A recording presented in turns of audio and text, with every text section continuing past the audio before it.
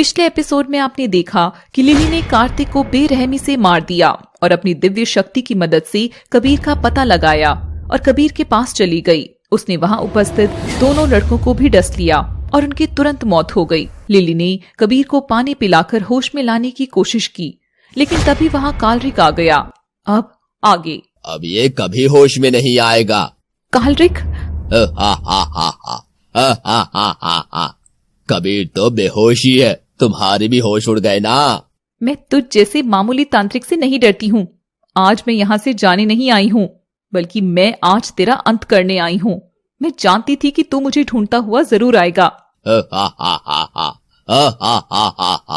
नीली नागिन, तुम ख्वाब बहुत देखती हो, और वो भी ऐसे ख्वाब जो कभी पूरे नहीं हो सकते। ये ख्वाब नहीं है, बल्कि मेरी मंजिल है, और मैं इस मंजिल तक पहुँच गई हूँ। मैं तुझ तक पहुँच गई हूँ।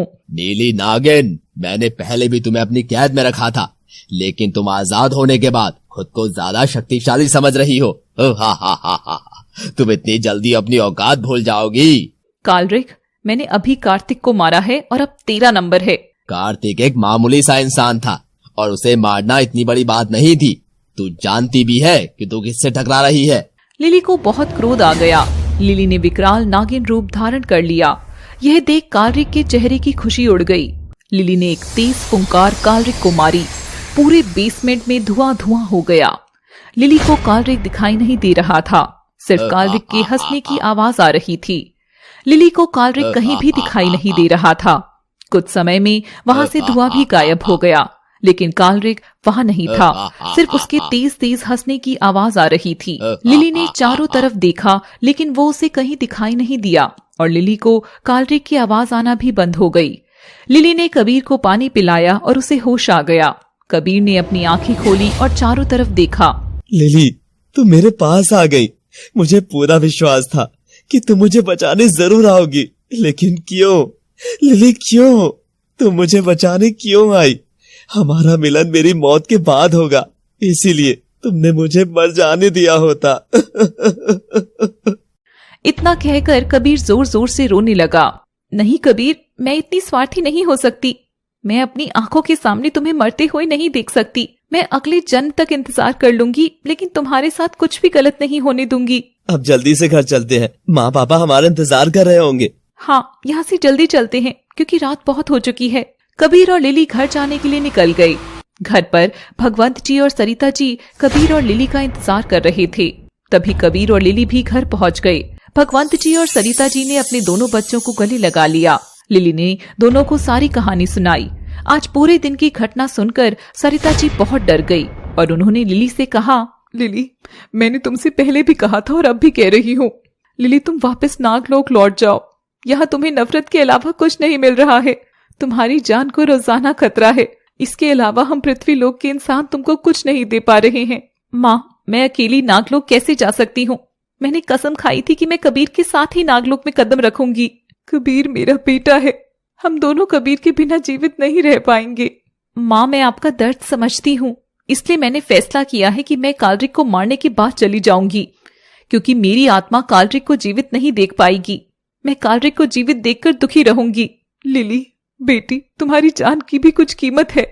कालरिक बहुत दुष्ट है, मैं इसलिए समझा रही हूँ। आज आपने मुझे बेटी कहा, आज मैंने वर्षों बाद ये शब्द सुना है। मैं तुम्हारी भी माँ हूँ बेटा, इसलिए मैं तुमसे जाने की जिद कर रही थी, लेकिन अब तुम कालरिक को मारकर ही यहाँ से जाना। हाँ माँ, अब रात बहुत हो गई है, अब हम सभी को सो जाना चाहिए। सभी अपने कमरे में जाकर सो गए। भगवंत और सरिता सुबह उठकर मंदिर जा चुके थे। जब कबीर की आंख खुली तो उसने देखा कि लिली किचन में काम कर रही है। कबीर उठकर आया और लिली से कहा, लिली, आजकल तुम बिल्कुल बहुओं की तरह रहती हो। इसमें हंसने की बात नहीं है। अब तुम खाना भी अच्छा बनाने लगी हो। अब मैं हर रोज ये खाना खाना चाहता हूँ। लेकिन मैं रोजाना तुम्हारे लिए खाना नहीं बना पाऊंगी। अच्छा जी, ठीक है, एक दिन तुम बना लेना और एक दिन मैं बना दूंगा। ये भी संभव नहीं है। अच्छा जी, वैसे संभव क्यों नहीं है? मैं जा रही हूँ। तुम मुझे सुबह सुबह क्यों डरा रही हो? ये सच है कबीर, मैं जा रही हूँ। लेकिन कहाँ? तुम अचानक से कहाँ जा रही हो? कबीर, तुम बहुत अच्छी तरह जानते हो कि कालरिक अमर है और इसे मारना आसान नहीं है। हाँ, अच्छे से जानता हूँ, लेकिन फिर तुमने क्या सोचा है? जो आवाज मेरा पीछा करके मेरी मदद करती है उसने मुझे कालरिक को मारने का तरीका बताया है। अच्छा, कैसे? मुझे पहाड़ी के पीछे शिव मंदिर में पूजा करनी होगी, उसके बाद स्वयं सारा काम हो जाएगा। तुम हम सबसे दूर जा रही हो? नहीं, मैं दूर नहीं जा रही हूँ। एक बार धरती के बोझ कालरिक को खत्म कर दूं, उसके बाद मैं खुद घर लौट आऊंगी और फिर हम नागलोक लौट चलेंगे। तुम्हें मंदिर कब जाना है? मैं अभी कुछ देर में निकलूंगी। तभी मंदिर से भगवंत जी और सरिता जी भी लौट आए। कबीर और लिली ने दोनों को साथ मिलकर नाश्ता किया और लिली ने एक बार फिर से अपना विचार सभी के सामने रखा। कुछ समय के लिए भगवंत और सरिता जी शांत हो गए, लेकिन फिर दोनों ने लिली को अपने इस काम में सफल होने के लिए आशीर्वाद दिया और लिली ने सरिता व कबीर को गले लगाया और फिर मंदिर जाने के लिए निकल गई। लिली ने मंदिर में जाकर तपस्या करने की व्यवस्था कर ली थी। लिली ने सबसे पहले मंदिर की अच्छे से सफाई की। उसके बाद उसने शिवलिंग के सामने एक हवन कुंड बनाया और उसके बाद वो महादेव को प्रसन्न करने के लिए तपस्या पर बैठ गई। लेकिन तभी उसे वही आवाज सुनाई दी, लिली, तुम यहाँ भी पहुँच गए? लिली, मैंने तुमको पहले ही बताया था कि 5 शक्तियाँ हमेशा तुम्हारे साथ है। जहाँ जहाँ तुम्हें मदद की जरूरत होगी वहाँ वहाँ हम आ जाएंगे। धन्यवाद। अब आप मेरी क्या सहायता करने आए हैं?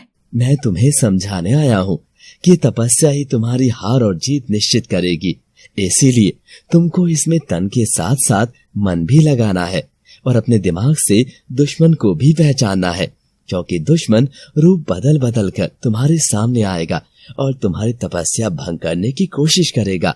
लेकिन तुमको अपना ध्यान तपस्या से नहीं भटकाना है। शिव शंकर के मंदिर में दुश्मन कैसे आ सकता है? शिव के लिए सभी उसके बच्चे हैं। महादेव के वरदान से कालरिक को अमरत्व प्राप्त हुआ है। धन्यवाद, मैं एक एक बात का ध्यान रखूंगी।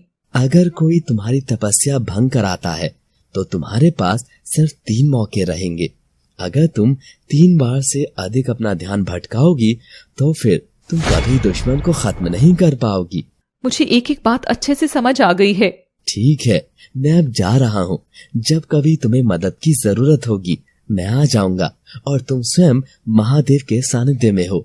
यहाँ कभी कोई समस्या नहीं होगी। लिली ने हाथ जोड़कर अपना सिर झुकाया और आवाज वहाँ से गायब हो गई। लिली हवन कुंड के सामने अपनी तपस्या करने बैठ गई। उसने हवन कुंड के सामने पूजा करनी शुरू की और मंत्रों का उच्चारण किया। पहाड़ी से ओम नमः शिवाय की गूंज गूंज रही थी। ओम नमः शिवाय, ओम नमः शिवाय, ओम नमः शिवाय। लिली कई दिन तक लगातार बिना आँख खोले महादेव की साधना में लीन हो गई। कबीर और उसके माँ पापा को भी लिली की याद आ रही थी। भगवंत जी और कबीर हमेशा लिली की बात करते थे, लेकिन सरिता जी के मन में पुत्र मोह के कारण स्वार्थ जाग गया और उन्होंने अपना भाव सभी के सामने व्यक्त कर दिया। पापा जी, आजकल आप अपनी सेहत का ध्यान नहीं रख रहे हो। नहीं, कुछ दिन लिली के साथ रहे थे तो उसकी आदत सी हो गई है। लिली के साथ रहकर महसूस ही नहीं हुआ कि हमारे जीवन में कोई दुख भी है। हाँ पापा जी, ये बात तो बिल्कुल ठीक है। अब ना जाने कैसी होगी और क्या कर रही होगी। पापा जी, आप लिली की अब फिक्र मत कीजिए। इस समय वो स्वयं महादेव के चरणों में बैठकर साधना कर रही है। उसकी रक्षा स्वयं महादेव करेंगे। हाँ, ईश्वर अपनी कृपा सदैव लिली पर बनाए रखना। वो बहुत ही प्यारी बच्ची है। इतनी भी प्यारी नहीं है जितना उसे मासूम बनाया जा रहा है। वो नागिन है और वो भी जहरीली नागिन। और मैंने आज तक नहीं सुना कि सांप प्यारे होते हैं। इनके अंदर जहर के अलावा कुछ नहीं है। ये ममता प्यार इंसानों के गुण हैं। अगर सांपों में भी ये होते तो आज वो इंसान होते। माँ, आप खुद को इतनी जल्दी कैसे बदल लेती हो? आपने लिली को इतने प्यार से रखा था और अब आप ही उसके बारे में ऐसी बातें कर रही हो, जबकि आप जानती हो कि लिली ने ही मेरी जान बचाई है। वो अपने स्वार्थ के लिए मुझे मार सकती थी, लेकिन उसने मुझसे कुछ नहीं कहा। कबीर, मैं तेरी माँ हूँ और मुझे तेरी चिंता है। मैं तुझे खोना नहीं चाहती। मैं तेरे लिए स्वार्थी हो गई हूँ। मैं तेरे साथ रहना चाहती हूँ बेटा। माँ, फिक्र मत करो, हम सभी साथ रहेंगे। अब मैं आश्रम जा रहा हूँ, वहाँ बच्चों के लिए कुछ सामान देकर आना है। जाओ बेटा, जल्दी जाओ। ये तुम्हारे अच्छे कर्मों का फल है कि तुम्हारी जान की रक्षा करने के लिए ईश्वर खुद किसी न किसी रूप में आ जाते हैं। जी पापा, मैं अब जा रहा हूँ। कबीर ने बच्चों को देने वाले सामान के थैले उठाए और अपनी कार में रख दिए। फिर वो उन्हें आश्रम देने के लिए जाने के लिए निकल गया। कबीर अपनी कार से जा रहा था और अपने पसंदीदा गाने सुन रहा था कि तभी उसकी गाड़ी हवा में उड़ने लगी। कबीर चिल्लाया, बचाओ बचाओ, गाड़ी हवा में क्यों उड़ रही है? बचाओ बचाओ, कोई मदद करो मेरी। कोई मदद के लिए आगे नहीं आया। कहानी जारी रहेगी।